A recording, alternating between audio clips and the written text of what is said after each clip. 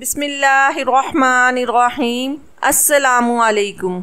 हाजी सलीम हर माह रमज़ान में करोड़ों रुपए की ज़कात देता। वो हर बंदे को 30,000 रुपए देता था। इस साल वो एक औरत को ज़कात देने लगा तो उसी वक्त उसकी मौत हो गई। गुस्ल देने के बाद हाजी साहब की मैयत इतनी वजनी हो गई कि उसका जनाजा उठाया नहीं जाता था। जो भी उनकी मैयत को हाथ लगाता उसका हाथ जल जाता था। 3 दिन बाद बदबू की वजह से चेहरे से कफन हटाया तो सबके रोंगटे खड़े हो गए, क्योंकि मेरा नाम मुख्तियार है और मैं सिंध के रहने वाला हूँ। हाजी सलीम की रहाइश मेरे इलाके से थोड़ा दूर थी। वो बहुत ही नेक और अल्लाह वाले इंसान थे। गरीब लोगों की खुले दिल से खिदमत किया करते थे। कोई सवाली उनके घर से खाली हाथ नहीं जाता। वो हर साल माह रमजान में करोड़ों रुपए की ज़कात दिया करते थे। वो ये नहीं देखते थे कि ज़कात लेने कोई जवान आया है या बूढ़ा। वो बस चुप करके ज़कात दे दिया करते थे। मेरा ताल्लुक भी एक बहुत ही गरीब घराने से था। मैं और मेरा दोस्त हर साल की तरह इस साल भी हाजी सलीम के घर ज़कात लेने पहुंच गए। हमने सोचा ज़कात भी ले लेंगे और वहीं बैठकर रोज़ा भी इफ्तार कर लेंगे, क्योंकि हाजी साहब रोज़ा अफ्तारी भी करवाते थे। हम ज़कात लेने के बाद दस्तरखान पर बैठ गए थे, क्योंकि अफ्तारी का वक्त होने वाला था।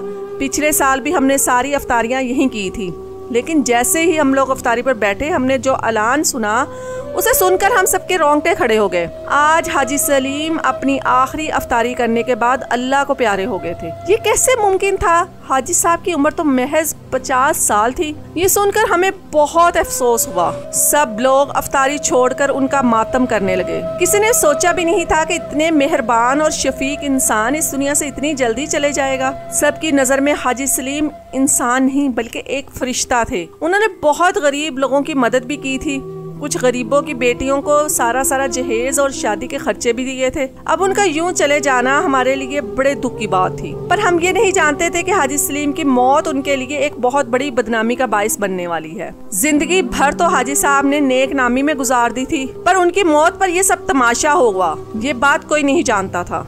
खैर, मुझे मेरे दोस्त फुरकान कहने लगा कि हमें भी हाजी साहब के जनाजे में शरीक होना चाहिए और जाकर कफन दफन के इंतजामात भी देखने चाहिए, क्योंकि हम लोग तो उन्हें जानते भी थे और हम उनके करीबी लोगों में आते थे।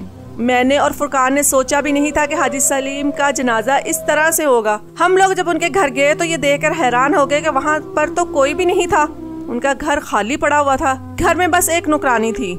हमने उससे पूछा कि हाजी साहब के घर वाले कहाँ हैं? उस नाजुक मौके पर तो उन्हें यहाँ होना चाहिए था। नौकरानी ने हमसे कोई बात नहीं की। उसकी आंखों में बेपनाह आंसू थे और शिकवा भी था। हमें समझ नहीं आई कि नौकरानी के रोने का सबब क्या है। उसे देखकर ऐसा लग रहा था जैसे वो हाजी साहब से कुछ शिकायत कर रही हो। उनके घर वाले भी वहाँ नहीं थे। मैं और फुरकान सोचने लगे कि अब क्या करें। बहरहाल हम लोगों ने उनके रिश्तेदारों को इत्तला कर दी थी, मगर वो लोग दूसरे शहर गए हुए थे। 300-400 किलोमीटर का सफर था। इतने लंबे वक्त के लिए हम उन्हें यूं नहीं छोड़ सकते थे। मैंने फुरकान से कहा कि हाजी साहब की मैयत को गुस्ल दे देते हैं, इसके बाद जो होगा वो देखा जाएगा। बाकी के इंतजामात उनके घर वाले संभाल लेंगे। फुरकान कहने लगा कि तुम सही कह रहे हो, कम से कम हाजी साहब के गुस्ल का इंतजाम हमें करना चाहिए। लेकिन जल्द बंदोबस्त किया। जबकि मैं हाजी साहब को गुस्ल के लिए तैयार करने लगा, मगर जैसे ही मैंने उनकी आस्तीन से कपड़ा हटाया तो मेरे तो कदमों तले से जमीन निकल गई। मेरी तो आंखों तले अंधेरा छा गया। मैं सोच भी नहीं सकता था कि हाजी साहब की मौत ऐसे वाकया हो जाएगी, मगर हम क्या कर सकते थे। ये भी एक कुदरती अमल था। जब फुरकान आया ये बात मैंने उसे भी बता दी कि हाजी साहब की मौत इस तरीके से हुई है। मेरी बात सुनकर वो कानों को हाथ लगाने लगा। बोला कि ऐसा मुमकिन नहीं है, लेकिन हमारी आंखों के सामने एक चीज है तो हम उस पर कैसे यकीन नहीं कर सकते थे। बहरहाल हमारा तो ये फर्ज बनता था कि हम हाजी साहब के बारे में किसी से भी कोई बात ना करें। उनकी इज्जत बनी रहे, उनकी ऐबों पर पर्दा पड़ा रहे, तो यही बेहतर है। मैंने फुरकान से कहा कि चलो ठीक है, लेकिन हम कफन दफन का इंतजाम कर देंगे, तो ये बात किसी को पता नहीं चलेगी और ये बात उनके घर वालों से भी छुप जाएगी, क्योंकि अगर ये बात उनके घर वालों को भी पता चल जाएगी तो हाजी साहब अपने घर वालों की नज़र में भी शायद गिर जाएंगे। अगर वो कोई आम इंसान होता तो हम ये सब को बता देते, लेकिन उन्होंने हर माह रमज़ान में दिल खोलकर ज़कात दी और 1000 लोगों को अफ्तारियाँ करवाई हैं। फिर उनके साथ मरने के बाद ये सब हुआ बड़ी हैरानगी की बात थी। क्या हाजी सलीम से कोई गुनाह हुआ है? फुरकान मुझसे पूछने लगा। मैं भी हैरान था, मुझे तो कुछ समझ नहीं आ रहा था। खुद समझ नहीं आ रही थी कि जो हमने देखा वो सच भी है या नहीं, क्योंकि अगर आप भी हाजी साहब को अपने सामने देखते तो यकीन नहीं कर पाते कि कोई इतना नेक और फरिश्ता सिफ्त भी हो सकता है। फुरकान कहने लगा कि हमें उस काम वाली औरत को जाने नहीं देना चाहिए था। हमें उससे पूछना चाहिए था कि उसकी आंखों में बेपनाह आंसू क्यों थे। आखिर कोई तो वजह होगी। खैर, मैं और फुरकान इतनी सारी बातें कर तो रहे थे, मगर हमारे पास वक्त बहुत कम था। थोड़ी देर में ही हाजी साहब के रिश्तेदार आ गए। हमने हाजी साहब को कफन भी पहना दिया था। वो लोग इस बात पर शर्मिंदा होने लगे, कहने लगे कि ये सब हमारा फर्ज था जो आपने किया। आप दोनों का बहुत बहुत शुक्रिया। हमारा मकसद हाजी साहब के ऐबों पर पर्दा डालना था। खैर, जब हाजी साहब का जनाजा उठाने का वक्त आया तो एक अजीब सा मंजर था, क्योंकि जो भी उनकी मैयत को हाथ लगाता उसका हाथ जल जाता। ये एक बड़ा खौफनाक मंजर था। अब हम इन्हें यूं तो छोड़ नहीं सकते थे। हम सब ने हाथों पर कपड़े बांधे और बड़ी मुश्किल से उन्हें कब्रिस्तान ले गए। और फिर जब कब्र बनाने वाले को उसकी मजदूरी 3000 देने का वक्त आया तो मैं ये देखकर हैरान रह गया कि उनके किसी रिश्तेदार के पास 3000 रुपए भी नहीं थे और हाजी साहब के घर में गुर्बत के डेरे थे। वो जिस तरह लोगों की खुले दिल खिदमत करते थे, पता नहीं वो रुपया पैसा कहाँ से आता था। क्योंकि न सिर्फ ये कि हाजी साहब के घर में गुर्बत ने डेरे डाले हुए थे, बल्कि उनके रिश्तेदार भी उनसे नाराज थे। बीवी बच्चे तो उनके साथ ही नहीं रहते थे। इसकी वजह उनकी मिजाज की वो फकीरी थी जिसने उन सबको तंग करके रखा था। हाजी साहब लोगों को खिलाने और नेकी का काम करने पर यकीन रखते थे। इसके अलावा वो घर में न पैसा देते न ही किसी को अय्याशी करवाते थे। बस वो खिदमत खल्क का काम करते थे। इसी वजह से हाजी साहब के खानदान वाले भी उनसे सख्त खफा थे। पर अब जब हाजी साहब इस दुनिया में नहीं रहे तो वो बेचारे बहुत परेशान हुए थे। खासकर हाजी साहब की बीवी तो पछता रही थी कि उसने अपने शौहर के साथ बदसलूकी की। हाजी साहब को दफनाए जाने का बंदोबस्त कर लिया गया था, मगर जैसे ही हाजी साहब को कब्र में दफनाया गया तब एक शोर सा उठा जिसने पूरे इलाके को अपनी लपेट में ले लिया। क्योंकि आस पास न सिर्फ कब्र में बल्कि हर तरफ तेज आग भड़क उठी थी। आग अचानक से भड़क उठी थी और इतनी तेज थी कि हमारे वजूद भी जलने लगे थे। हमें समझ नहीं आ रहा था कि इतनी सारी आग यकदम कहां से भड़क उठी है, जबकि आसपास तो कोई दरख्त भी नहीं था। हत्ता के मिट्टी से भी आग निकल रही थी। इतनी ज्यादा तपश और गरमाइश देखकर सब लोग अस्तगफिरुल्लाह का विर्द करते हुए वहां से पीछे हटने लगे। आग इस कदर तेज थी कि हम में से कोई भी हाजी साहब की लाश को भी नहीं उठा सका। उनकी मैयत कब्र में ही पड़ी रह गई और आग ने हर चीज को अपनी लपेट में ले लिया। हत्ता के हाजी साहब के कफन को भी आग ने पकड़ लिया। जब ऐसा होने लगा तो मुझसे तो रहा नहीं गया। मैंने फायर ब्रिगेड वालों को फोन कर दिया और लोगों से कहा कि ठंडी मिट्टी लेकर इस कब्र पर डालें ताकि कम से कम लाश की बेहुरमती ना हो। सब लोग मुझे कोसने लगे, बोले कि तुम कोशिश करो तो तुम्हारे साथ बुरा होगा, क्योंकि ये अल्लाह ताला की तरफ से है। जरूर इस हाजी साहब ने कोई गुनाह किया होगा। बाहर से इतना नेक बना फिरता था, हर कोई उसकी नेक नामी के गुण गाता था। लेकिन देखो कि कब्र पर क्या हुआ है, वरना तो ऐसा मुमकिन ही नहीं कि एक शख्स की कब्र पर यूं आग भड़क उठे। मतलब तो यही है कि हाजी साहब नेक बनने की अदाकारी करते थे। जनाजे में आए एक शख्स ने जब ये बात कही तो मुझे उस पर अफसोस होने लगा। मैं सोच नहीं सकता था कि लोगों के चेहरे इतनी जल्दी बदल सकते हैं। कम से कम लोगों को एक शख्स के जनाजे पर तो ऐसी बातें नहीं करनी चाहिए थी। मैंने कहा, हो सकता है कि ये सब कुछ इत्तेफाक से हुआ हो, आपको ऐसी बातें नहीं करनी चाहिए। उस आदमी ने मुझे भी कहा कि तुम इन मामलों में ना पड़ो और फिर वो आदमी वहाँ से चला गया। बाकी लोग भी ऐसे ही थे, सौ बातें करने लगे। कहने लगे, हमने तो ऐसा पहली बार होते हुए देखा है। जरूर हाजी साहब ने कोई बड़ा गुनाह किया होगा। लोगों के जाने के बाद जब मेरी नजर हाजी साहब की कब्र पर पड़ी तो मेरा दिल खून के आंसू रोने लगा। उनका आधा कफन जल चुका था। हाजी साहब के रिश्तेदारों ने फौरन ही दूसरे कफन का बंदोबस्त कर दिया और यूं उनको कब्र में दफना दिया गया। किस्सा यहीं खत्म नहीं हुआ। अगले दिन जब मैं, फुरकान और बाकी लोग मस्जिद में नमाज पढ़ने गए तो लोगों की जुबान पर एक ही जिक्र था कि हाजी साहब से ऐसा क्या गुनाह हो गया है जो मरते ही उनकी कब्र पर आग लग गई। नमाज के बाद जब सब लोग मस्जिद से बाहर निकले तो तेज भड़कती आग ने उनका इस्तकबाल किया। कब्रिस्तान सामने ही था। आज फिर हाजी साहब की कब्र पर आग लगी हुई थी। इस बात पर सबके मुंह खुले के खुले रह गए। कोई सोच भी नहीं सकता था कि ये इत्तेफाक दोबारा हो जाएगा। हम सब भी परेशान हो गए। ये बात बड़ी हैरान कुन थी, लेकिन फिलहाल ये सोचने का वक्त नहीं था क्योंकि आग आसपास भी लग चुकी थी और अगर ये नहीं रुकती तो फिर मस्जिद तक पहुंच सकती थी। सभी को इस बात की फिक्र थी कि एक आदमी तो गुस्से में कहने लगा कि हाजी सलीम ने इतना फायदा नहीं दिया जितना नुकसान कर दिया है। लगता है कि इनकी कब्र को यहाँ से उखाड़ कर किसी दूसरी जगह मुंतकिल करना पड़ेगा, वरना तो रोजाना यहाँ आग लगी रहेगी। तब हम लोग क्या करेंगे?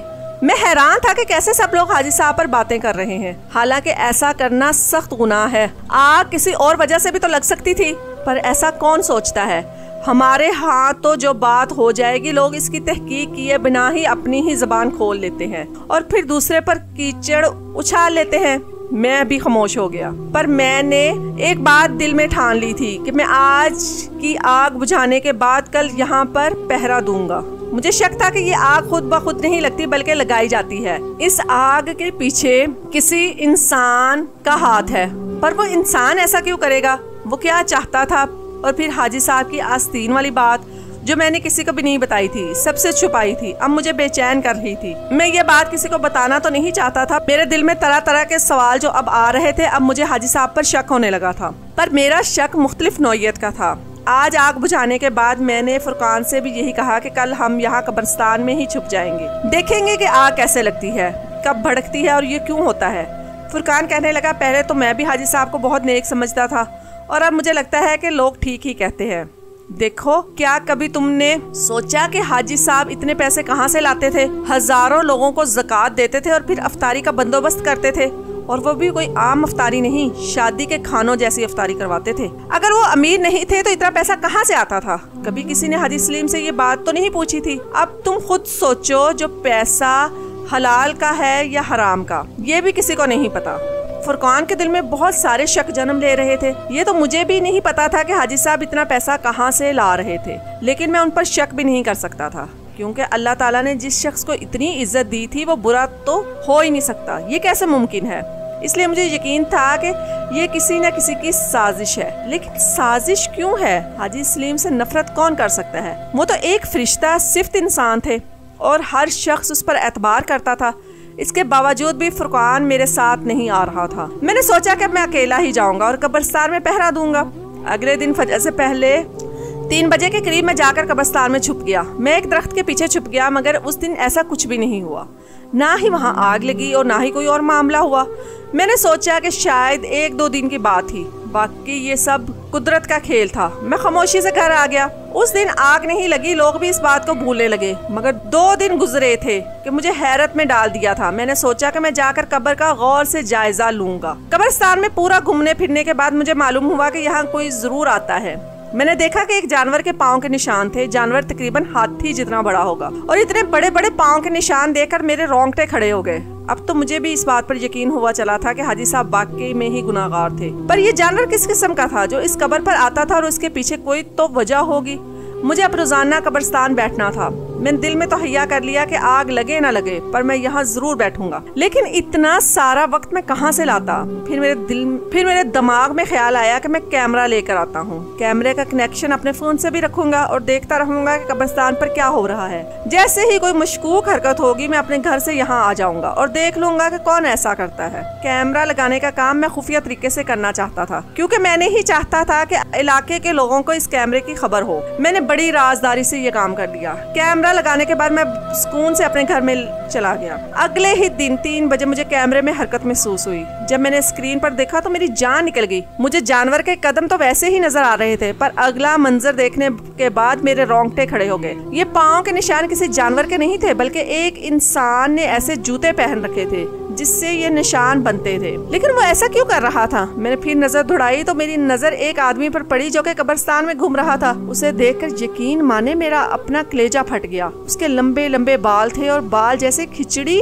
बने हुए थे। उसका हुलिया बहुत ही बुरा था। जब मैंने उसे देखा तो मैं बहुत परेशान हुआ। मैंने दिल में इरादा कर लिया था कि मैं इस आदमी तक पहुँच कर ही रहूंगा। अगर ये मुझे हुलिये से बहुत खतरनाक दिख रहा था, पर मैं डरने वालों में से तो नहीं था। मैंने फुरकान को भी ये बात बता दी। अब वो आदमी कब्रिस्तान में ही था कि हम लोग 2 मिनट के अंदर अंदर कब्रिस्तान में पहुंच गए। हमने उस आदमी को पकड़ लिया, पर उसके चेहरे पर नजर पड़ते ही हम सबकी तो जान निकल गई थी। वो कोई और नहीं, वो तो एक तंजीम का सरबराह था। उसकी तंजीम को हम सब जानते थे।